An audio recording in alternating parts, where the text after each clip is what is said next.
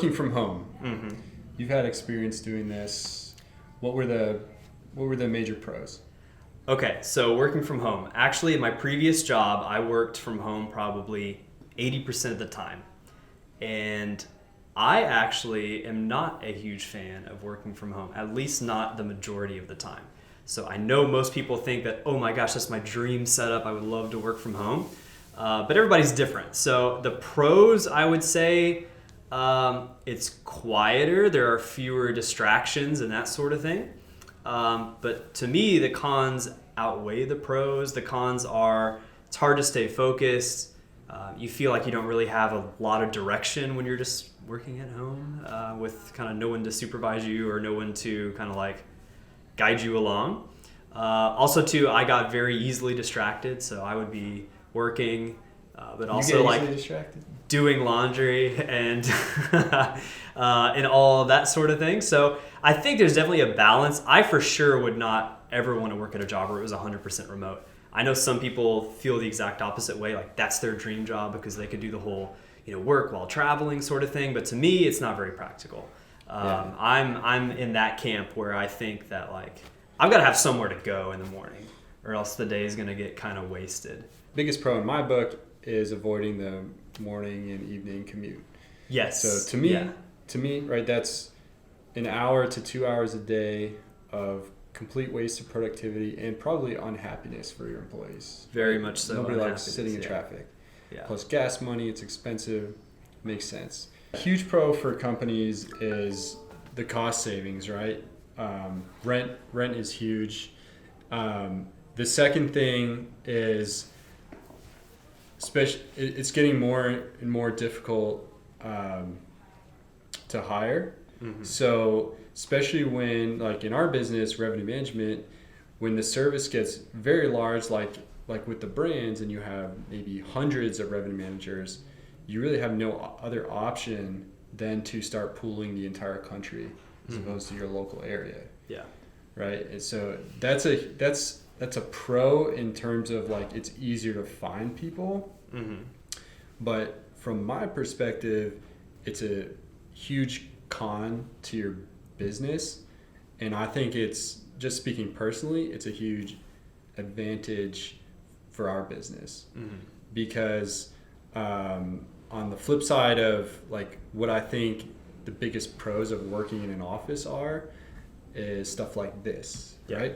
Like the interaction that our team has together. Yeah, like for sure. You cannot replace the culture, the camaraderie, and also the idea sharing that you get when everyone's sitting right next to each other. Yeah, face-to-face interaction, for sure. Yeah, especially when you're building up a team, right? And a lot of times what we do is like we'll hire smart college grads, train them up. Mm-hmm. And especially in like that model specifically to us, I just don't see how that works at all. If they're 100% remote. Yeah. The more and more I see is like remote is the best. I'm sure there's a lot of people out there that are hearing this and screaming at their computer and saying you're wrong, which is great. I love to talk to you. But let me say, like, I do think there's a balance, right? Yeah, for sure. Yeah. And not saying that we have it figured out, but like, what do we do here? I really like having everyone in the office. I like seeing my team every day. I like having lunch with my team. I like sharing ideas. I like having training in person, brainstorms in person. I like being able to do content, things like this.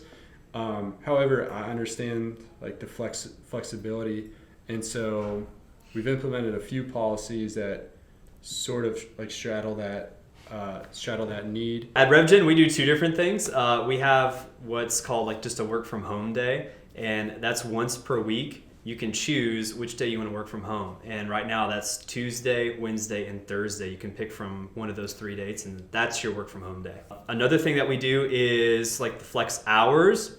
So on Tuesday, Wednesday, and Thursday, if you want to, you can show up as early as 8 or as late as 9. And if you get here at 8, you can leave at 4:30. And if you get here at 9, you leave at 5:30. So it's a way to kind of like skip the traffic a little bit in the morning. Or if you're like me and you don't like getting up any earlier than about 7:30, it's a nice way for you to, just come in at 9 and, work a little bit later instead of coming in super early. Mm-hmm. Yep. So another thing I understand, like the huge pro of working remotely is having some flexibility to travel, see family, if they're far away, or go to the doctor or something like that. So we also have a sort of a solution for that, and we call it work while away. Mm-hmm. So what we do is we offer 5 work while away days in addition to the holiday period between Christmas and New Year's Eve, where you can go anywhere you want in the world as long as you are working normal business hours. Mm-hmm. Yeah. So a lot of people take advantage just to visit family, since we recruit from all over the country. Maybe you want to talk about the crazy thing you did. I attempted to do a work while away when I was in Spain. So I was in Spain for 3 weeks, and I did the work while away the last week, but the time difference made it a little bit tough. But just barely snuck it in there the last work while away week. Yeah. I guess we're trying to find that perfect blend between remote work, in-office work. I think either end of the spectrum is probably not a good thing.